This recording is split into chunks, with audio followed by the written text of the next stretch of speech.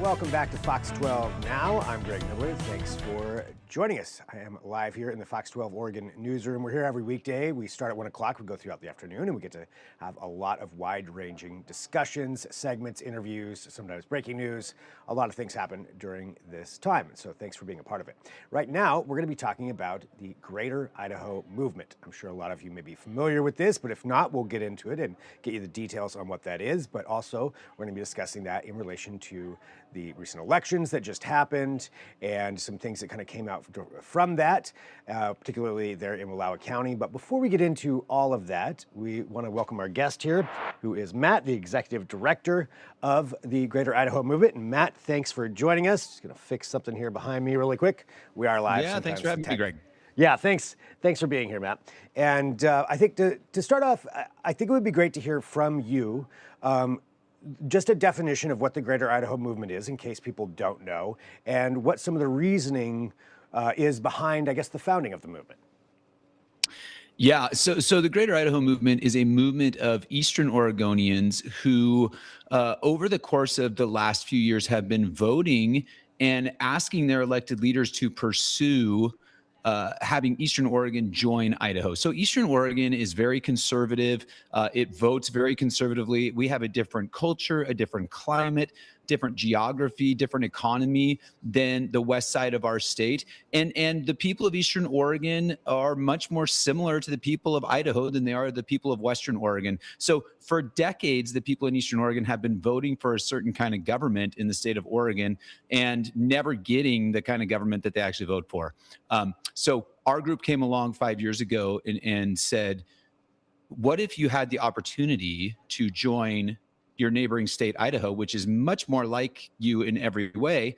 Was that something you would want to do? And we've gone to votes in 13 counties, and the people in 13 counties have voted and said, yes, we want our elected leaders to pursue this. We think we'd be better off under the governance of the state of Idaho than we would the state of Oregon.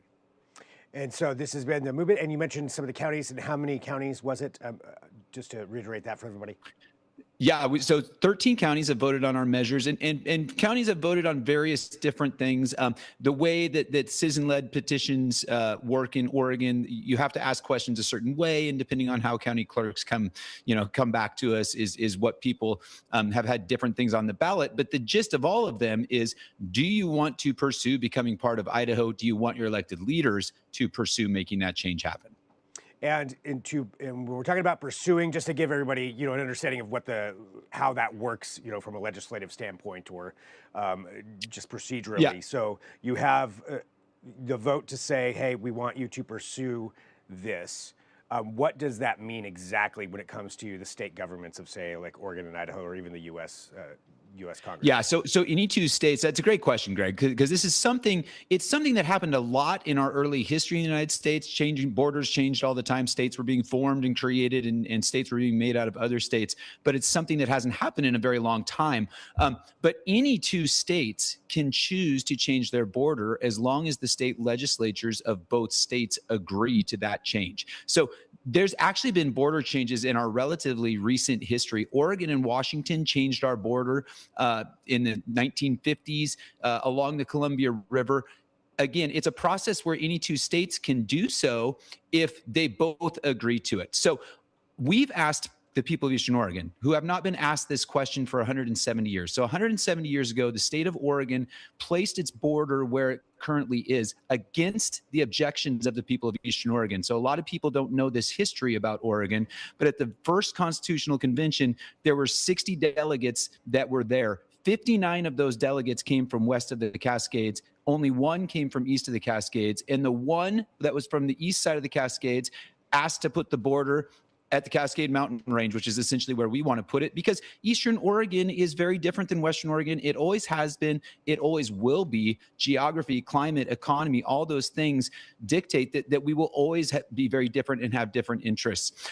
So 170 years ago, the border was placed and forced Eastern Oregon into association with Western Oregon against the wishes of the people that lived here. Nobody's asked those people since if they want to change the border and join another state, until we came along 5 years ago and started asking people. And it turns out that even after 170 years, the people of Eastern Oregon still don't want to be associated with Western Oregon, still feel like they'd get better governance from the state of Idaho.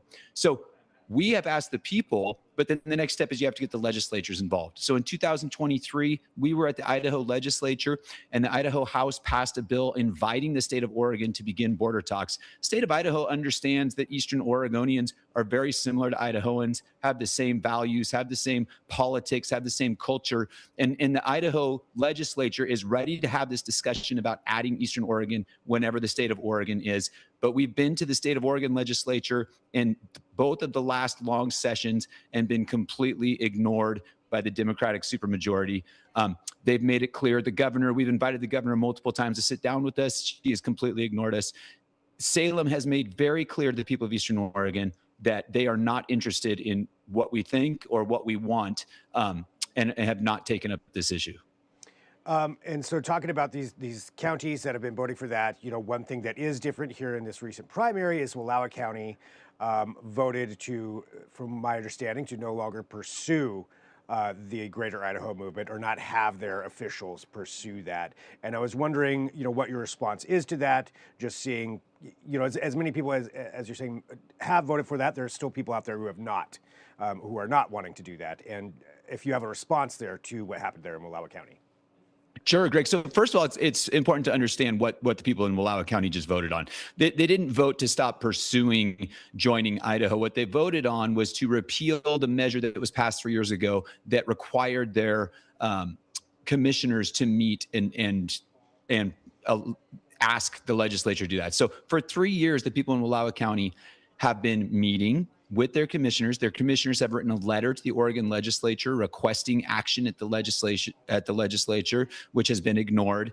Their state representative, Representative Levy, has asked for action from the legislature. Their state senator, Senator Nash, has asked for action from the state legislature. For 3 years, the people of Wallowa County have been asking the state legislature in Salem to take up this issue, and the state legislature has ignored them. So what was passed in Wallowa County was the people there said, we're not going to continue these meetings.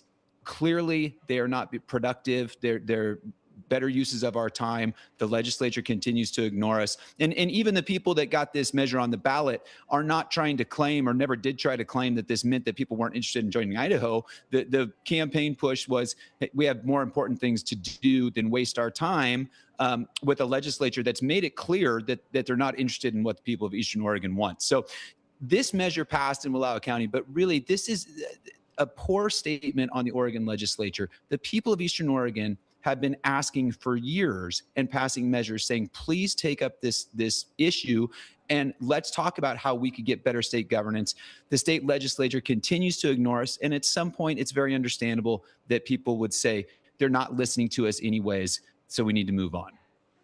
When we look at the Greater Idaho movement, one of the things that people say when they reference this, should this go through, should, say somewhere down the line this does happen and those counties become part of Idaho, talking about the economic impacts of what that would mean with the tax dollars that come, from the western part of the state. It's the most populous part, so there's naturally more tax dollars there, and those being dispersed to Eastern Oregon, and how those counties, if they separated to Idaho, would they be able to, I guess, lacking those tax dollars, would that negatively affect the counties and areas on that side of the state? Do you have a response to that as far as, that thought along those lines?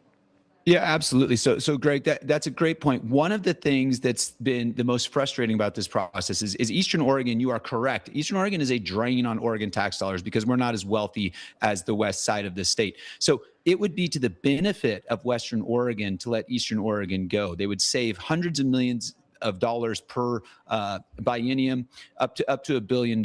And yet, even with that, Western Oregon refuses to have this conversation about letting us go. The people of Eastern Oregon, there was an independent economic analysis that was done a couple years ago, and it found that if the people of Eastern Oregon, the counties of Eastern Oregon, were allowed to join Idaho and get out from the burdensome regulations of Oregon, that the economies in Eastern Oregon would take off, would thrive.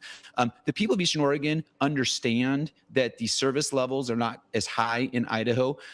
That's part of the appeal of Idaho. The people of Eastern Oregon are small government people. They vote for small government things. And so they've been voting. They haven't been voting for the kinds of policies that are put in place anyways. So again, is there going to be less services if the people in Eastern Oregon join Idaho? Yes, but that's exactly what the people of Eastern Oregon want. And the people of Eastern Oregon are smart. They understand what joining Idaho would mean. They're still passing these measures. They still want to pursue making that happen. What happens now, as far as pursuing this and what the next steps are? Because realistically, it would take both of the states to agree to this, and then also something in U.S. Congress. I mean, that would be a whole separate thing. I guess, where do you go from here for the movement? Yeah, again, great question, Greg. So the people of Wallowa County have come to the same conclusion that those of us in the Greater Idaho movement have. And so for the last 2 years, we have stopped going to counties and asking. We know what the people of Eastern Oregon want. The people of Eastern Oregon want to pursue, they want their elected leaders to at least have the conversation about letting us join the state of Idaho. It's also clear to us as a movement that the Democrat supermajority in Salem and the Democrat governor are never going to let that happen. And so the next steps for us is an appeal to the federal government. The federal government has enormous leverage over the state of Oregon through federal tax dollars. The federal government could leverage that to force the state of Oregon to come to the table and do the right thing and respect the wishes and the self-determination of the people of Eastern Oregon. So we have appealed to the Trump administration. We're asking for an office to be created at the federal level that would look at state border transitions and sovereignty. This is not a problem that's alone to Oregon. There are states all across the United States where rural conservative people, for the most part, are voting to try to separate from their blue states. Like in Illinois and in California, there's a movement. In Virginia, there's a movement cropping up after the redistricting that was going on there.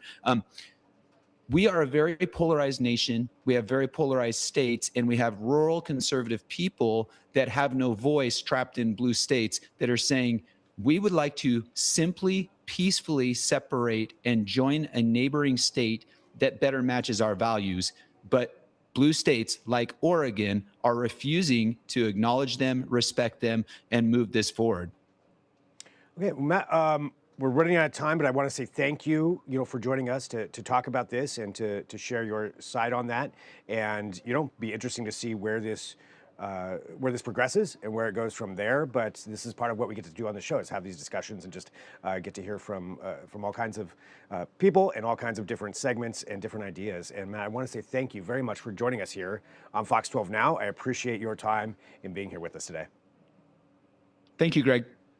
And for everybody watching, we do have to take a quick break. We've got to hop on for our next guest, but we appreciate all of you who do join us, whether you're watching live or after the fact. This is Fox 12 Now. We're here from 1 p.m. to 4 p.m. every day, where we get to have these segments and discussions and interviews and all kinds of stuff. So we really enjoy having a lot of different people on and a lot of people watching us right now. So thanks for doing so. We're going to take that break. We'll be right back with our next guest. I'm Greg Nibbler. This is Fox 12 Now.